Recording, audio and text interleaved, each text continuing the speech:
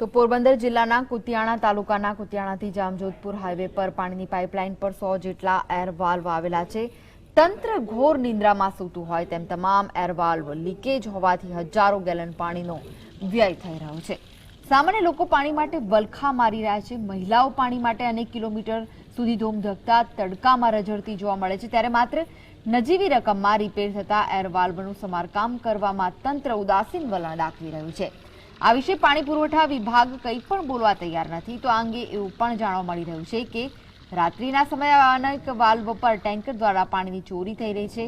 તમામ હકીકતની જાણ હોવા છતાં પાણી પુરવઠા વિભાગના અધિકારીઓ આંખ આડા કાન કરી રહ્યા છે।